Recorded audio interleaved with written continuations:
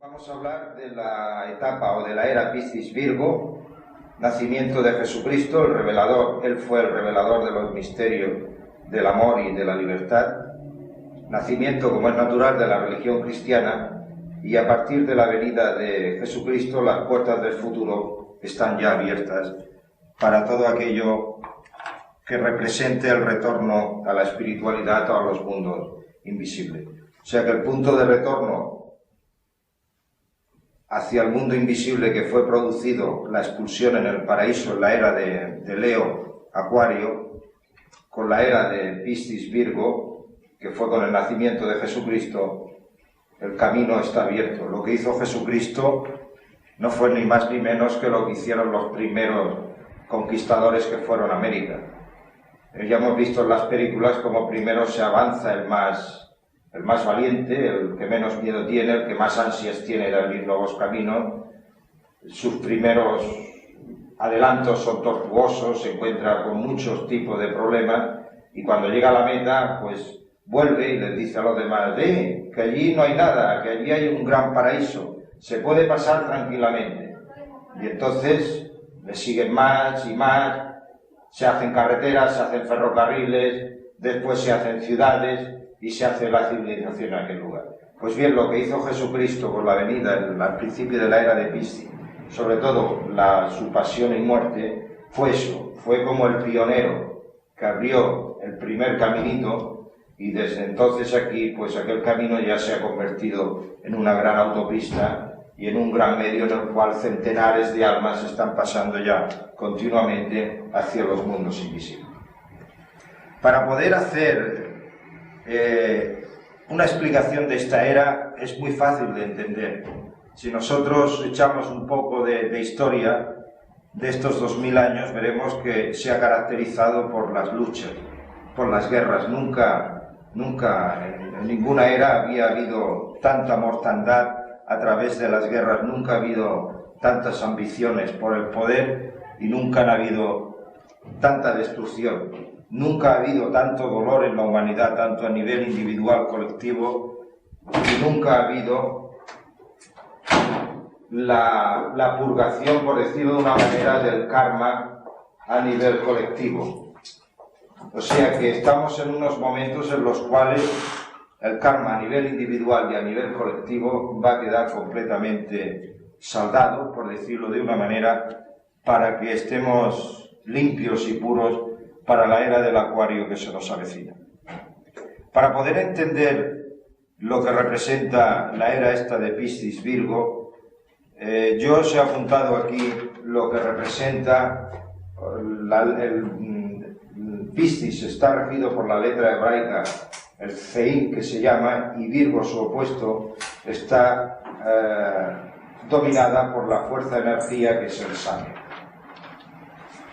El Zein es una energía-fuerza que se manifiesta a través de los deseos de la humanidad, que la moviliza a la conquista de todas las cosas mundanas y materiales, creando con ello infinidad de objetos, goces materiales y los poderes terrenales. Eso es precisamente la era que está a punto de terminar, que es lo que hemos vivido. Hemos sido movilizados por nuestros deseos, cada vez hemos deseado tener más cosas, cada vez se han seguido creando más cosas para a su vez poderlas poseer, y las luchas por los poderes terrenales han sido enormes. La historia reciente, bueno, no reciente y más atrás, desde la venida de Jesucristo ha habido unas luchas por el poder tremendo, que en el fondo no es más ni menos que el ansia de poder tener poder terrenal para así poder tener más cosas, para tener más cosas en que mandar, para decir, yo soy dueño y el amo de aquí hasta allí, yo soy el dueño de toda esta hacienda de aquí, y en fin, yo soy el amo de todo, y aquí no se mueve nadie como no sea, y aquí tengo una cantidad de esclavos que están trabajando para mí, para yo hacerme súper rico, y a cambio de un plato de comida. O sea que esta fuerza es precisamente la que está imperando durante la era de Piscis, que está a punto de terminar. Este afán, pero a pesar de que estas fuerzas energías de Dios se manifiestan de una manera colectiva en la humanidad cada 2130 años, siempre, a pesar de que tengan una parte negativa aparente, porque todo es aparente, porque no tenemos la capacidad de ver el verdadero impulso que promueve todo esto, la parte positiva, que este afán de quererlo poseer todo, en el fondo está impulsado por una fuerza interior de querer encontrar la felicidad en el mundo exterior, llevando a embellecer todas estas cosas y objetivos materiales, dando lugar a las grandes expresiones artísticas y al ennoblecimiento de todo lo material, dándose una especie de justificación por el deseo a lo material. O sea que lo que ha movilizado durante esta era, la era de Piscis, ha sido que el impulso emocional del hombre, del alma humana que estaba dentro, ha sido exteriorizada al exterior. Y para poder hacer algo útil que en esos deseos se ha dedicado a crear cosas para poseerlas. Las ha embellecido para recrearse. Y a más han salido lo que podríamos decir todo tipo de artes, todos los artes. La pintura ha tenido un gran desarrollo como no lo había tenido, la música, inclusive, en fin, todo lo que es las bellas artes, hoy día la sociedad lo aprecia. Yo personalmente, un Picasso será maravilloso, pero yo no daría una peseta por un cuadro. Aunque lo entiende y me gusta y me recrea, lo más típico es eso, que las personas por un Picasso pues pagan millones y millones de pesetas. No es ni más ni menos que es el objeto del deseo para poder poseer cosas. Y si puede poseer cosas que otros no tienen porque él le da valor, más que más. Este afán desmesurado de crear y poseer las cosas de este mundo es el primer impulso que recibe el alma humana para poder sentir por primera vez el grito de libertad en lo profundo de su corazón. O sea que esa ansia de querer poseer no es ni más ni menos que el deseo profundo de tener libertad para poder escoger todas estas cosas. Esto, si los escuchéis detenidamente, os daréis cuenta que es precisamente la era esta de Piscis que está terminando, es lo que ha estado movilizando al mundo. Y así vemos que la gente se pelea por las mismas cosas, hoy actualmente por las mismas cosas que hace 1000 años. Hemos crecido materialmente, hemos crecido científicamente, pero por desgracia estamos todavía peleándonos por las mismas cosas. La letra del Same, que es el opuesto del signo de Piscis, que es Virgo, esta es una energía fuerza que se manifiesta como el final de un ciclo. Y es precisamente la venida de Cristo, fue el anunciador del final de un ciclo. Es la acumulación de experiencias para concluir una perfección. Es por eso la causa por la cual el mundo está sufriendo tanto y ha sufrido tanto a nivel individual y a nivel colectivo. Esta fuerza de energía consigue que la luz oculta que hay encerrada en lo material salga al exterior con el fin de que se comprenda la unidad del todo, siendo la materialidad el vehículo por el cual descubrir la verdad que está más allá de sí misma. También es la fuerza que empuja a seguir hacia adelante para superar una realidad material que ya nos satisface. O sea, el ser humano, a través de sus deseos de Piscis, le da por poseer cosas materiales y poderes mundanos. Pero se da cuenta con el paso del tiempo que la felicidad que él busca no está en esos objetos materiales. Y entonces esa misma ansia que tiene de seguir adelante es lo que le hace dar un giro de 180 grados y empieza a preguntarse otras cosas. Aquí en realidad nosotros decimos que el movimiento Rosacruz es un movimiento también de cristianos místicos. ¿Por qué decimos cristianos místicos? Porque en el fondo toda la filosofía Rosacruz está inspirada, el 50, el 60 o el 70% está inspirada en la Biblia, en la nuestra, en la católica, en la cristiana. Pero está para aquellos que ya no les satisface o ya no les llena lo que la Iglesia en el púlpito o lo que le están enseñando ya encuentra que no les satisface. Entonces es el momento que la persona puede dar el salto, y entonces cuando puede tener el impulso para volver a leer y al estudiar la Biblia, y entonces volverá a encontrar cosas muy bonitas y muy maravillosas relacionadas con los misterios de la vida y el ser, que la Iglesia Católica se las tenían ocultas, pero no porque las tuvieran ocultas, sino simplemente porque hace mucho tiempo que perdieron la verdadera palabra que hay encerrada en la Biblia. Cuando termine la era de Piscis, muchas almas habrán descubierto el misterio de la naturaleza, así como la voluntad que les ha permitido seguir hacia adelante. Con esta fuerza mucho karma será liquidado, muchas almas quedarán limpias, con el fin de dar un salto definitivo hacia el retorno de los mundos invisibles. Y de forma inexorable la humanidad se verá sometida a todo tipo de experiencias o circunstancias que le impulsarán a dejar de querer los poderes materiales para desear los poderes espirituales. Muchas veces...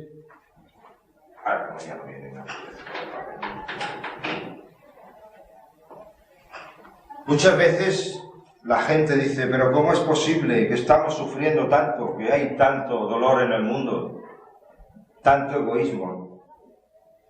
Parece que vamos hacia atrás. No, no vamos hacia atrás. Tener en cuenta una cosa, que el programa de la humanidad en colectivo está programado, por decirlo de una manera, y entra por un lugar, tiene que pasar por una serie de circunstancias y tiene que salir hacia otro lugar. Es inexorable. Ya cada 2165 años hay una fuerza, energía invisible que está movilizando a la humanidad de manera colectiva. Que no tiene nada que ver el karma colectivo con nuestro karma individual. Nosotros estamos generando karma individual por nuestras acciones diarias, pero al mismo tiempo también llevamos a cuestas el karma colectivo. En astrología hay tres maneras de poder saber los diferentes de karmas que tenemos. Tenemos tres karmas. Tenemos un karma colectivo, tenemos el karma personal y tenemos, por decirlo de una manera, un karma espiritual. El karma colectivo, todo parte de la fecha del horóscopo radical. El karma colectivo se sabrá poniendo el ascendente a cero de alguien, o sea, es levantar lo que podríamos llamar el horóscopo natural. Y allí nos dirá el karma colectivo en el cual nosotros estamos inmersos y tendremos que enfrentarnos para hacer un favor, por decirlo de una manera, mejor dicho, un servicio a la sociedad. El karma personal es el que estamos acostumbrados a ver, que es con el ascendente en su punto, en el signo del zodiaco que toque. Y el karma espiritual es el que está relacionado con la posición del sol. O sea que si nosotros queremos saber nuestros tres tipos de problemas o de deudas o de suertes o de trabajo a realizar en el mundo en estas tres sesiones, tenemos que levantar estos tres tipos de carta natal. Los que saben astrología un poco se habrán hecho una idea de lo que he dicho. Los que no lo saben, pues no se han hecho ninguna idea. Pero en fin, simplemente en estas pequeñas charlas siempre vamos diciendo cosas para que el que escucha se vaya dando cuenta que la astrología tiene muchas facetas importantes y muchos puntos en los cuales al ser humano le irá ayudando en su caminar. Bueno, una vez explicado las fuerzas que están activas precisamente en la era de Piscis, Virgo, el nacimiento de Jesucristo. ¿Fue necesario el nacimiento de Jesucristo? Jesucristo, tal y como nos lo enseña la enseñanza Rosacruz, es una persona compuesta, que es Jesús y Cristo. Fue la primera vez en la historia de la humanidad que un Dios, por decirlo de una manera, ocupó el cuerpo de un mortal. O sea, Jesús es una entidad, un alma, que pertenece a nuestra evolución de vida, y por lo tanto, Él llevaba su camino, y Cristo es el iniciado más elevado que existió en el segundo día de la creación. Por decirlo de una manera, es el jefe de los arcángeles, no el jefe de los ángeles. jefe de los ángeles es Jehová y el jefe de los arcángeles es Cristo. Pues bueno, fue necesario porque a pesar de que Moisés, la era de Moisés, la era de Aries, Libra, mejor dicho, se introdujo el vehículo mental en el ser humano, no quiere decir que por el mero hecho de incorporar una cosa, aquello se vaya a hacer servir y se vaya a desarrollar. Ocurrió que, como el vehículo de deseos era tan fuerte, cuando el vehículo de deseos vio que todavía tenía una herramienta más, como era tan poderoso y tan cristalizado, ¿qué es lo que hizo? Utilizó e infrautilizó al vehículo mental para ponerlo a su servicio. La persona que vosotros la consideréis que es una persona muy astuta y muy inteligente, que une la inteligencia con la astucia para poder conseguir sus fines, podéis decir que el rey ha sido destronado, por decirlo de una manera, que es la mente, para ponerse los deseos en el lugar que no le corresponde. Muchos cuentos y muchas fantasías en el cual el rey legítimo es destronado para ser ocupado por una persona malvada, no es ni más ni menos que nos están diciendo lo mismo, que algo que no le pertenece está ocupando un lugar que no le pertenece y está gobernando mal, y está haciendo un mal uso del poder. Pues había pasado esto, a pesar de que viniera el vehículo mental, el vehículo de deseos que estaba demasiado egoísta, lo que hizo fue apoderarse del vehículo mental y lo utilizó para su favor. Unido al deseo de poseer cosas, al deseo de la materialidad, si a eso le añadimos el vehículo mental, que entonces la inteligencia, imaginaros la cantidad de trucos y la cantidad de cosas que sacó ventaja el vehículo de deseo. ¿Cuántas veces os habéis encontrado vosotros con una persona que le habéis querido razonar este tipo de cosas y aquella persona es muy astuta y muy inteligente y no hay manera de poderlo convencer? A pesar de que tu corazón te está diciendo, pero claro, como tiene el corazón cerrado, eres incapaz de poderle comunicar nada. ¿Por qué? Aquella persona ha secuestrado su vehículo mental, ha hecho una coraza psicológica, se ha montado un castillo intelectual casi perfecto y es prácticamente imposible poder penetrarle. Pues uno de los trabajos del Cristo era precisamente eso: romper todos los ligados que había hecho el vehículo de deseos con el vehículo mental, para que el vehículo mental pudiera ascender y pudiera ser colocado en su sitio. Esta experiencia la tuvo que llevar el jefe de los arcángeles, que fue el Cristo. Y hubo en el pasaje del Nuevo Testamento en el cual San Juan Bautista bautiza a Jesús, que era antes de empezar su ministerio, los clarividentes voluntarios que han mirado la memoria de la naturaleza y fueron hacia atrás para poder ver qué es lo que realmente pasó en aquel momento, lo que ocurrió fue que cuando a Jesús no le bautizó con el agua encima, lo que hizo San Juan Bautista fue sumergirlo en el río, que es lo que hacen los testigos de Jehová. Pues en aquel momento, al ser introducido en el agua, hubo una separación de los vehículos de Jesús. El vehículo de deseos, el vehículo mental y el espíritu humano se separó cuando Jesús estaba sumergido en el agua. Y el vehículo físico y el vehículo etérico quedó. Y entonces un rayo de Cristo se acopló al vehículo etérico y al vehículo físico de Jesús. Entonces, a partir de aquel momento, hubo una fusión. La gran renuncia que hizo Jesús de esto es que sus átomos simientes han quedado paralizados y está como aparcado, por decirlo de una manera, a esperar a que toda la humanidad termine el trabajo, y cuando el próximo día de la creación sea una realidad, entonces Cristo ya podrá definitivamente retirarse a los mundos superiores y poder dejar el trabajo de la creación a Jesús, que será el iniciado más elevado de nuestra raza humana, y a toda la raza humana. Pero no solamente rompió Cristo con su fuerza el ligam que le tenía sometido a la esclavitud, que tenía sometido el vehículo de deseos al vehículo mental, sino que cuando alguien desencarna, para empezar a subir por los mundos invisibles, tiene que empezar de abajo hacia arriba.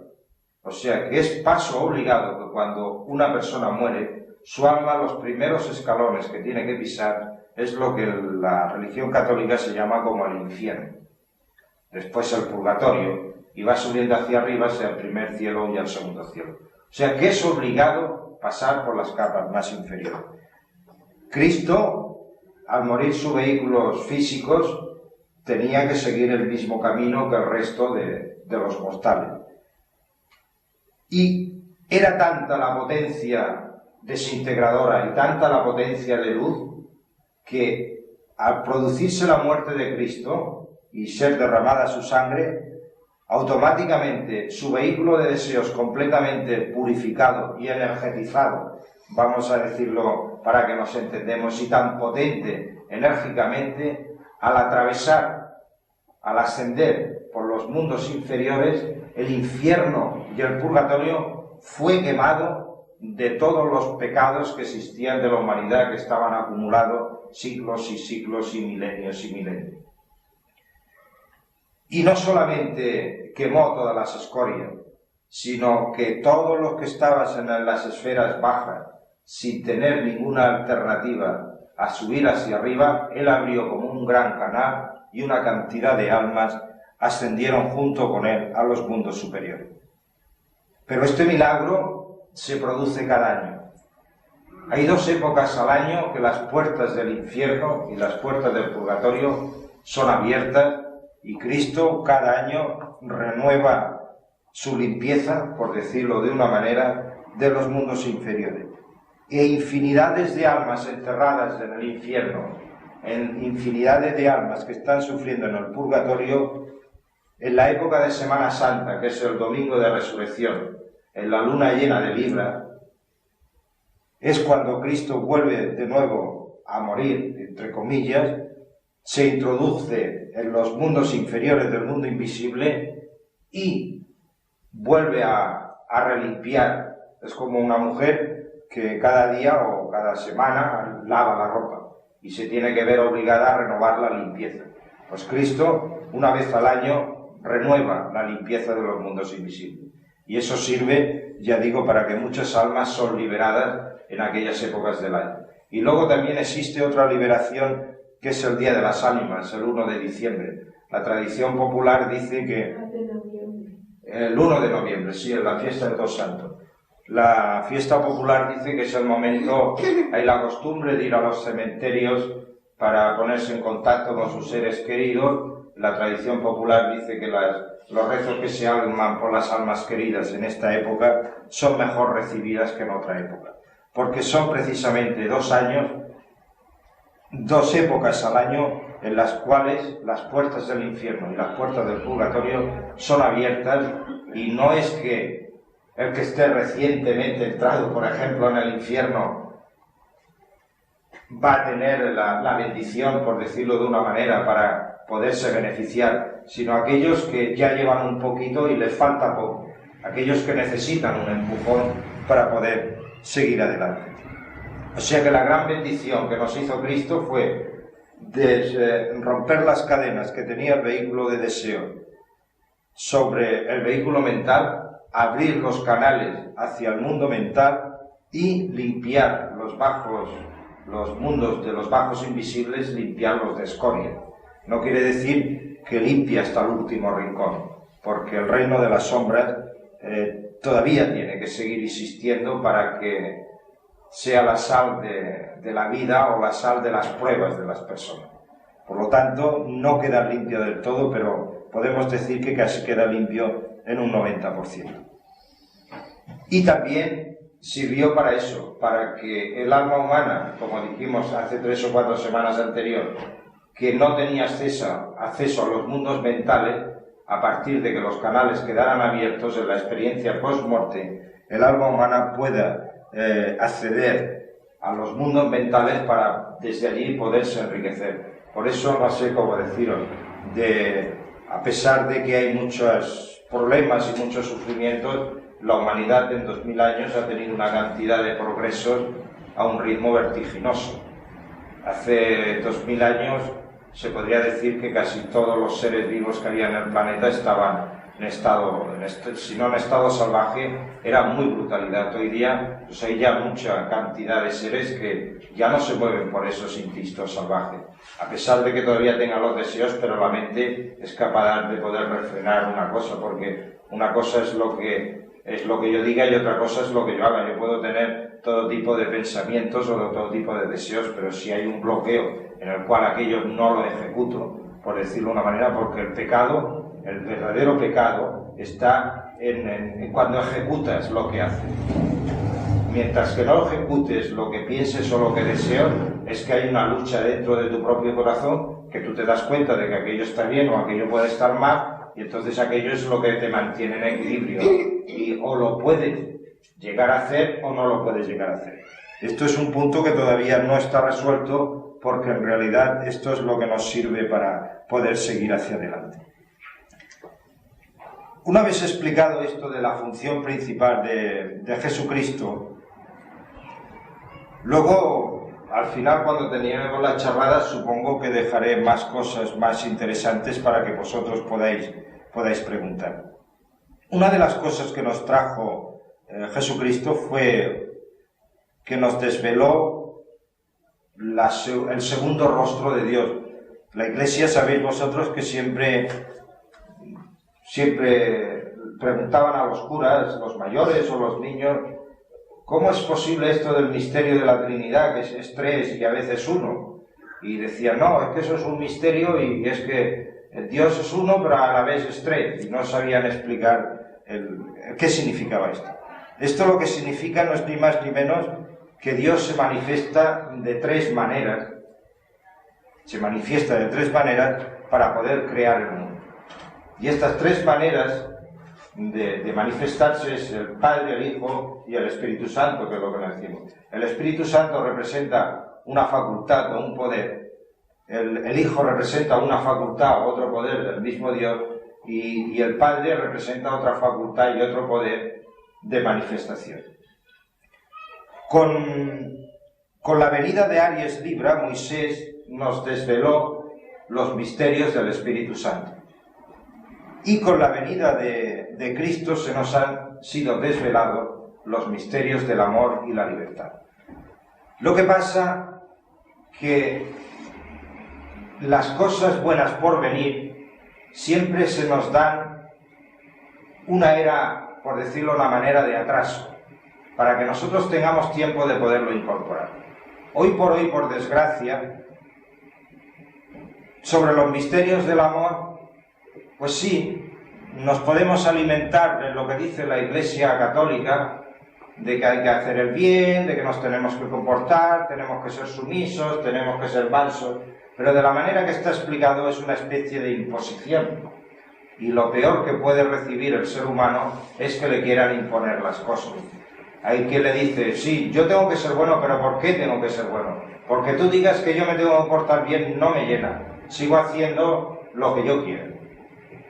¿Qué quiere decir? Que todavía las maneras de comportamiento de la humanidad de manera colectiva nos estamos comportando más todavía con las reglas del Espíritu Santo. ¿Qué es la ley? La ley no es ni más ni menos que nos enseña a hacer las cosas bien hechas, unas cosas bien hechas que están relacionadas con la construcción de las cosas. No sé si me entendéis lo que os quiero decir. Para construir, o sea, vamos a poner un ejemplo, para que pueda crecer un manzano, la persona ha de saber que se ha de plantar en una época, ha de saber que lo ha de regar, ha de saber que lo ha de podar, y que luego al final dará un fruto, que el primer fruto a lo primero no será tan bueno y que tiene que esperar a que el árbol de 3 o 4 años que al final acabará dando un fruto bueno. Eso no es ni más ni menos, que hay unas reglas y unas normas para construir la vida. Y eso es precisamente lo que es desvelado a través del Espíritu Santo. Como todavía no tenemos incorporado, no hemos aprendido la ley todavía, Por eso es por lo que nosotros estamos sometidos a un fuerte karma. Si nosotros hubiéramos aprendido las reglas del juego hace tiempo, el karma del sufrimiento hace mucho tiempo que lo hubiéramos abandonado. Por eso, y cuando Moisés, a través de sus libros del Éxodo y los siguientes, que explicó lo que era la construcción del tabernáculo en el desierto, lo que estaba intentando de decirle al ser humano a través de los códigos, que ahora le he apuntado algunos para que podáis ver más o menos qué es lo que nos quería decir, con ese código lo que nos quería era enseñar. Entonces, ¿qué ocurre? ¿Cómo nos comportamos hoy socialmente? El Código Penal castiga a la persona que roba.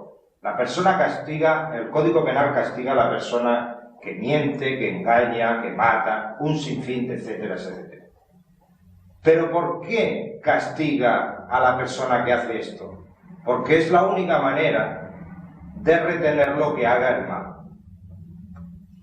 Hay personas que dicen, bueno, a mí me es igual ya vivir en un mundo en el cual no haya leyes, porque como yo soy una ley en mí mismo, yo hago el bien porque lo tengo que hacer sin miedo a que reciba un castigo. Pues las cosas o se aprenden por las buenas o se aprenden por las malas. Entonces, lo que Moisés trató de escribir a través de su código ético o de su código de comportamiento, les estaba explicando a las personas que leyeran estas cosas y que ya estaban instruidas en las cosas esotéricas, le estaba explicando la ley del karma y la ley de causa y efecto. Yo me he apuntado aquí algunas cosas en las cuales la quisiera comentar. Por ejemplo, en el libro del Éxodo, una vez que Moisés ya recibe las tablas de la ley, en el cual se le dice las cosas que no matarás, no fornicarás, no hurtarás, no levantarás falso testimonio contra tu prójimo. Pero ¿por qué le estaba diciendo al pueblo que no matarás?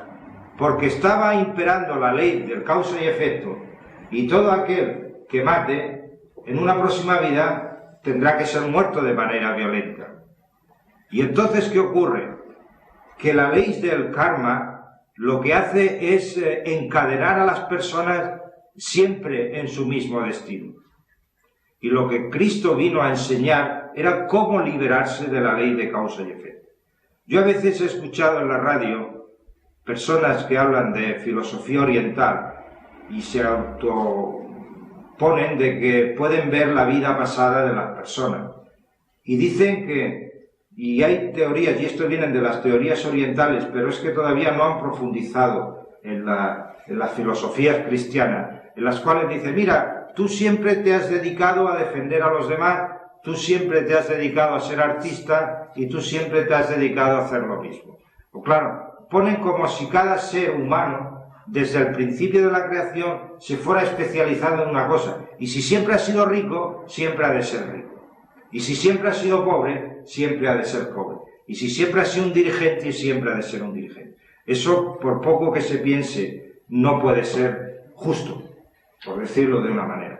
Lo que pasa es que las enseñanzas orientales, que están basadas precisamente en la ley del karma, en la ley de causa y efecto, lo que está tratando de decir es que la persona que se enzarza en deudas con otras se mete como en una noria en la cual no tiene escapatoria y en la cual siempre, vida tras vida, le están haciendo las mismas cosas.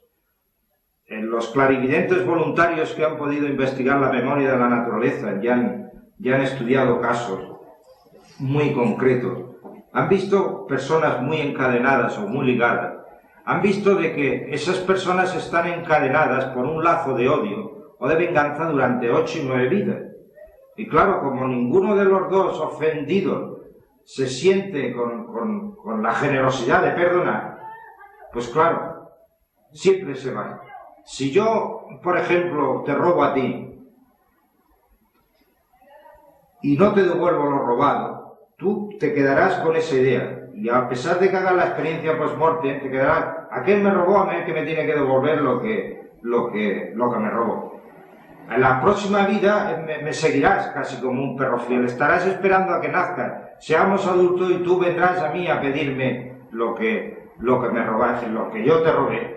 Y si yo sigo igual de egoísta o no soy generoso, pues diré no. Entonces tú te violentarás contra mí para cogerme aquello que es tuyo. Puedes llegar a matarme, pues ya volvemos a hacer la bola más grande. Ya vuelve a venir el odio otra vez y la venganza. Y claro, por eso nos encontramos que los problemas generacionales que en los años 60 y 70 estaban muy en boga y estaban muy de moda, es precisamente por eso, porque hoy por hoy los hijos acostumbran a ser más karmas de odio más que karmas de amor. Y claro, un hijo que mortifica o unos hijos que mortifican mucho a unos padres es señal que son viejos enemigos en los cuales que dice, pues sí, pues ahora voy a encontrar la manera de, tú me hiciste la puñeta en vida anterior y ahora yo voy a nacer en tu seno y voy a ser tu hijo. Y tú, como tienes el amor de madre, no te vas a poder escapar de mí, por decirlo de una manera. Pero lo que nos vino a traer Cristo no fue ni más ni menos la manera de poder romper con estos ligados. O sea, que no estamos en un callejón sin salida, que estamos precisamente